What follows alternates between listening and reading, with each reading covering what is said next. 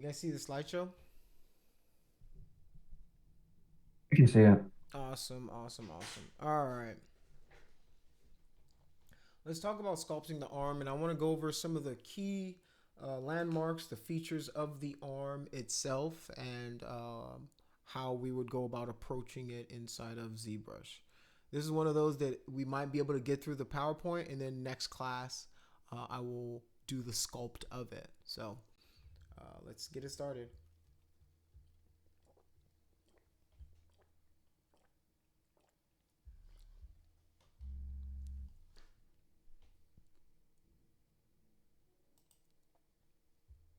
All right. Sculpting the arm in zebra. So, understanding the anatomy and sculpting techniques is very important for depicting the arm very, very well. All right. So, we're going to focus on the forearm, the biceps, the triceps, creating realistic arm muscle structures inside of ZBrush. All right. Um, what we're going to do is look at the three main groups that will help you define the arm and how they attach, where they go. If you have a basic understanding of it, well, you should be able to depict it a little more accurately. All right. So by the end of this lesson, you guys should understand the key anatomical landmarks of the forearm, the biceps, and triceps, and apply that knowledge to sculpt realistic arm structures inside of ZBrush. All right. So the reason it's important for you guys to understand the anatomy is because you can understand where things fall. Because the arm, like the hand, changes based on what you're looking at and your viewing angle, right? Depending on if the hand or the arm itself is in supine or pronated positions, right? It it changes how it's gonna look, how it's gonna work, what you're seeing. If the elbow is pointed out, depending on how the forearm or the thumb is, right? So you have to be able to kind of know what these shapes are, where they what they look like, and how to address them whenever you come into these different situations. All right. So when I talk about um, supination and pronation, which is if you think about it like a waiter carrying soup, that's supine supination, and then pronation is when like a if you're a pro basketball player, how you'd grip a basketball to shoot the basketball, that is a pronated kind of position. All right. So let's talk about the forearm anatomy itself. All right. So the key muscles that you guys need to know are essentially right the brachia radialis, the flexors, and the extensors, which are the brachialis is right here, right?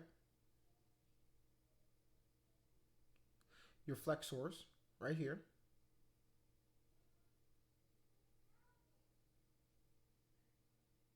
and your extensors, which are muscles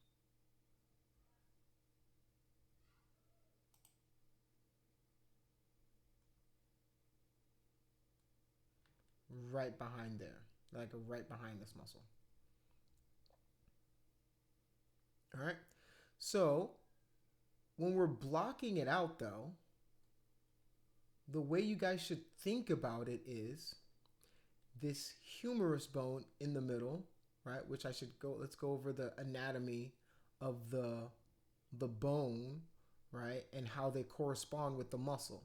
So we've got our clavicle up here, right? Up here is the trapezius muscle, right, and it's seen from the front depending on how built you are. If you are, more built up, more men, you can see a lot of their trapezius from the front, and especially big bodybuilder type guys, you can definitely see the traps almost go almost behind their ear if they're really really kind of swole, right? And right there is your clavicle, right? So if you can find these landmarks, right? Think about the landmark for where the clavicle is, right? And how this bicep, right? Your bicep major, the major part of your bicep, kind of attaches to it. And what people do is they don't realize that part of your bicep goes into your triceps, into your arms. So what people don't realize is that these almost they're connected because they all help you move your arm up and down, right? This is your triceps right here, number 5. But these muscles, people don't realize how close they are in proximity to each other. All right? So if we go from our clavicle, scapula, right, we're up here where our trapezius muscle, our traps are, right? We go to our humerus. This is probably the largest bone in your arm right here. This humerus muscle or this humerus bone. And if you break this, man, it's super painful from what I've seen. I've seen somebody break this arm, like their arm right there, and it takes so long to recover.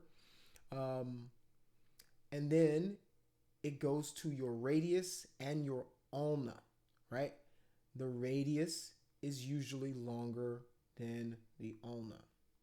And it's goes right into the carpus, which is it's also known as like the carpal area, this cluster of bones right here, and they allow you to bend your wrist. All right? And then they go into your hand, your metacarpals, and your phalanges, your finger bones.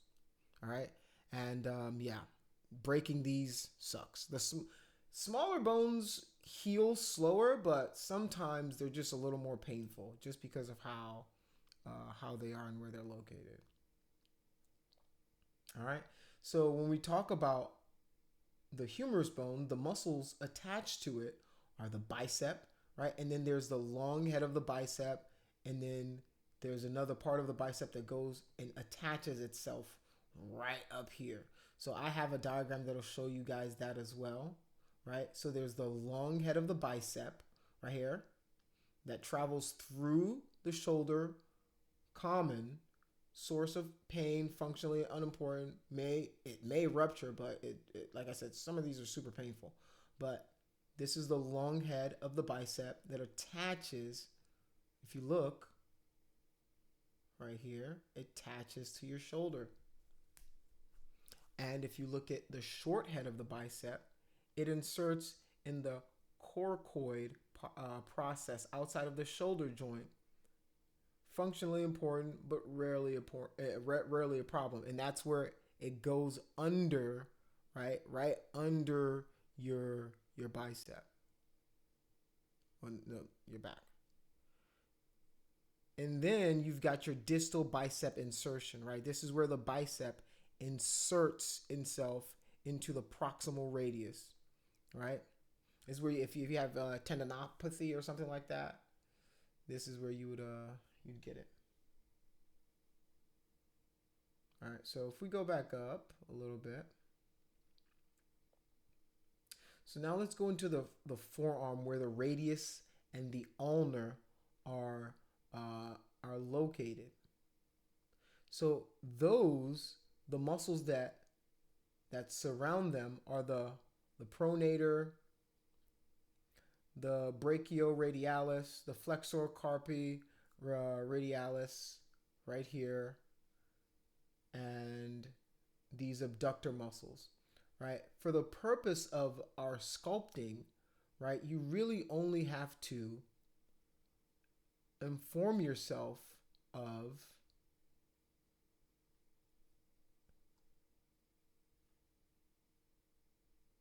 the ones that are on the outside, because there's a lot of, where's that diagram? I have a diagram in here to show you guys what I'm talking about.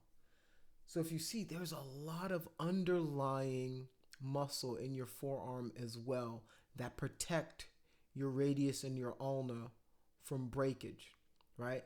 So the muscles that we see are this red one and this green one. There is one behind it, but what's going to be important for you guys to know about is the ones that make our silhouette, right? The ones that make our silhouette, those are the ones that are important. All right. So if you see, the bicep breaks the silhouette, right?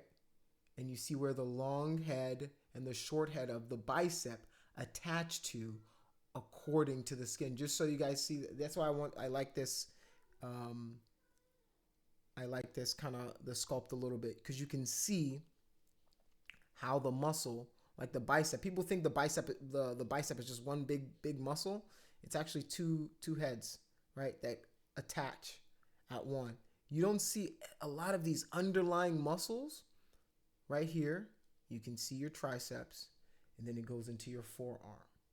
All right, and there's so many little tendons and things that just we're almost like robots in how we're like wired and connected together. But the way that these move together and shape together is what allows us to flex, extend, and rotate our forearm, right? So when we look at our flexors and extenders in our forearms, you can see based on just how what I'm talking about, pronation versus supination. When it comes to just our arms, you can see where this purple is, right? Depending on how you turn it, you're seeing more of the interior muscle structure than the outside. And then when you turn it, boom, now you're seeing these exterior muscles from the arm. And it's important to know the origin and the insertion of these muscles. That's why I'm trying to teach you guys where they're coming from, right? Where the lateral head is coming from. You think it's coming from under here, but it's actually tucking right in here and going all the way up there, right? Into your shoulder and a little bit right there so that you can pull up and do all the things that your arm is capable of doing. And that's what makes it real, is if you place the insertion points and you're tapering them off at the right points. The easiest way I usually do this when I'm sculpting is I just start with the Damien standard, right? And I start kind of drawing these, and then like I showed you guys, and I go back with the clay, pull it out a little bit, and if I need to do the move tool or something, then I'll add the move tool to it. But for the most part, I'm drawing in with the Damien standard brush, right? And then pulling it out with the other brushes as well. And it's a lot of information, but it's information that I don't expect you guys to master. What I do expect you guys to do is use this, because I'm going to give you guys these as PDFs as well, right? So you guys will have these as PDFs in your email by the end of class. Use these as references for yourself, right? When you're sculpting something, you can go, okay, how do I do the hand? How do I do this? What's this underlying structure? What's this bone look like? What's this? And you're using these as your guide to getting better, right? Open these up. Just have these open up. By the end of the semester, you're gonna have every single body part as kind of like a PowerPoint presentation that you guys can go back onto in the future and use to make your art look better as well. So when we talk about the radius and the ulnar, let's continue. So the head of the ulnar, and then the olecranon, right? And then the body of the ulnar. Like I said, it's the longer of the two bones, but it's the skinnier. So it's your chances of breaking it are probably a little higher, right? The olecranon, also known as the elbow, and the distal head of the ulna, right? They have their own points. And I don't want you guys to get bogged down into this. I just want you guys to know about, the elbow and the ulna, how long they are, right? You can see how long it is and where your ulna starts. So your ulna is probably like right here, all the way right here, right? Like that, right there. And then, your radius.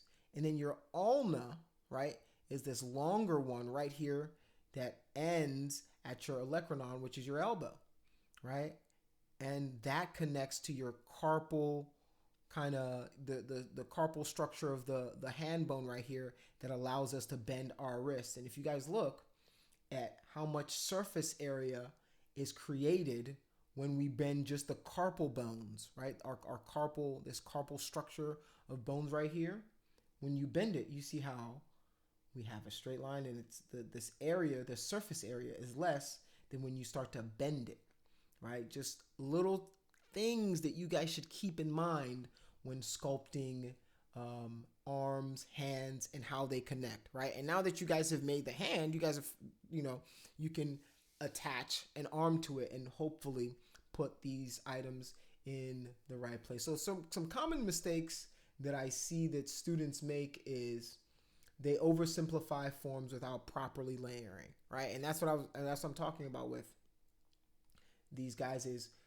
because you know where the bone structure lies now, you should be able to then put these muscles where they're supposed to be, right? You should be able to put the bicep in the right place, location of where the insertion point is and where it attaches to. You should know that area, at least a general area of where you don't have to pinpoint. You ain't got to be perfect, but you want to be in the general vicinity of where these muscles attach to the bone, or they attach to themselves, or they attach to a tendon, right? You want to know the general area of these things. So now let's talk about the anatomy of the bicep as well. So there's the long head and the short head of the bicep as well that connects. And we're going to talk about the bicep a little more next class when we focus on chest and back. But there's also an attachment point where the scapula, which is in the back, the scapula is it's like this big triangular looking backbone that you have, right? There's also an attachment point there as well. But we're going to focus mainly on our arms for today. So for today's class, we're going to establish the primary volume with the clay buildup and the move brush for a proper form, add separation with the Damien standard brush so that we get something that looks like this. So what time is it at? 1:12. Okay, let's see.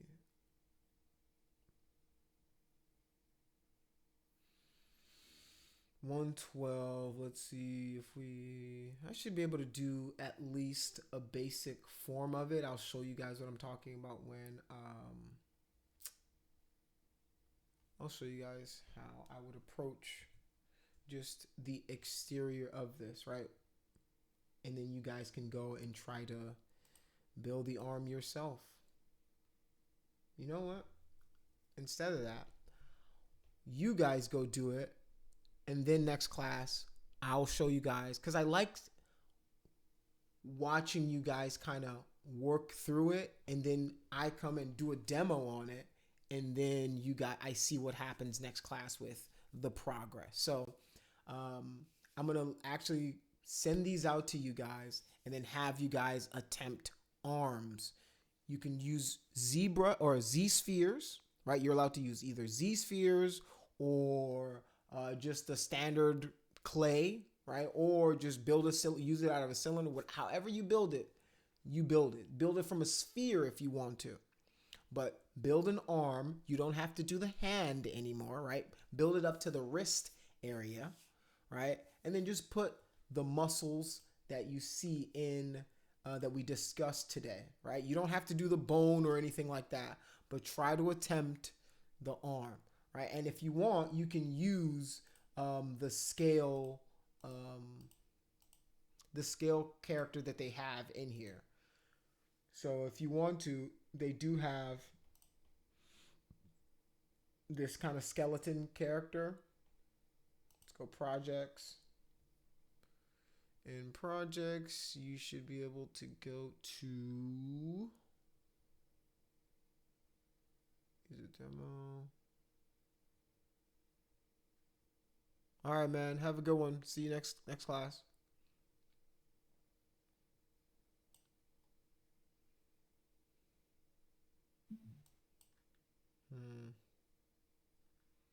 It's not the demo soldier.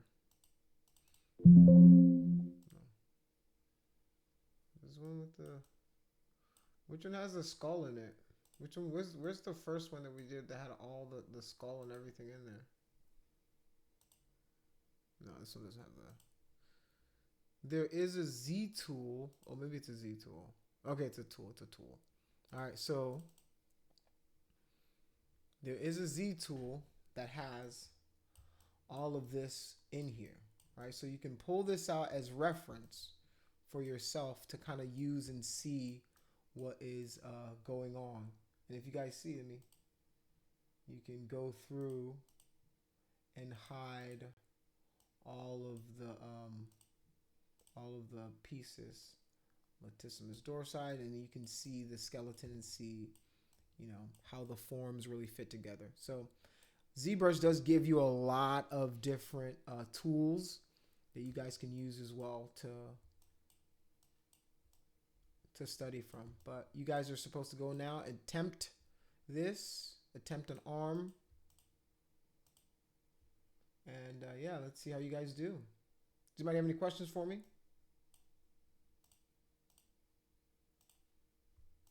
Do we attempt an arm with the muscles, or like do we attempt it like basically as a normal arm? Like a normal arm, but you should be able to see like a lot of the features there. Oh, okay, I They see. don't have to be like super muscular. It doesn't have to look like the Rock or anything, but just something that you can tell the Hmm. different muscle groups and things like that Okay, I being see. discussed. It doesn't have to look like an crochet model like this or anything.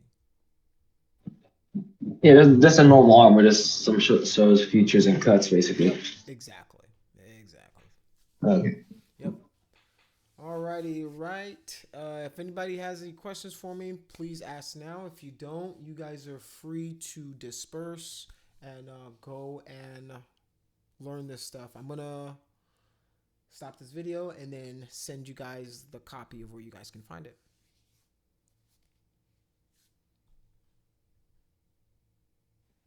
Thanks, man. Appreciate you, and have a good one. Alrighty, man. Have a good one. You too.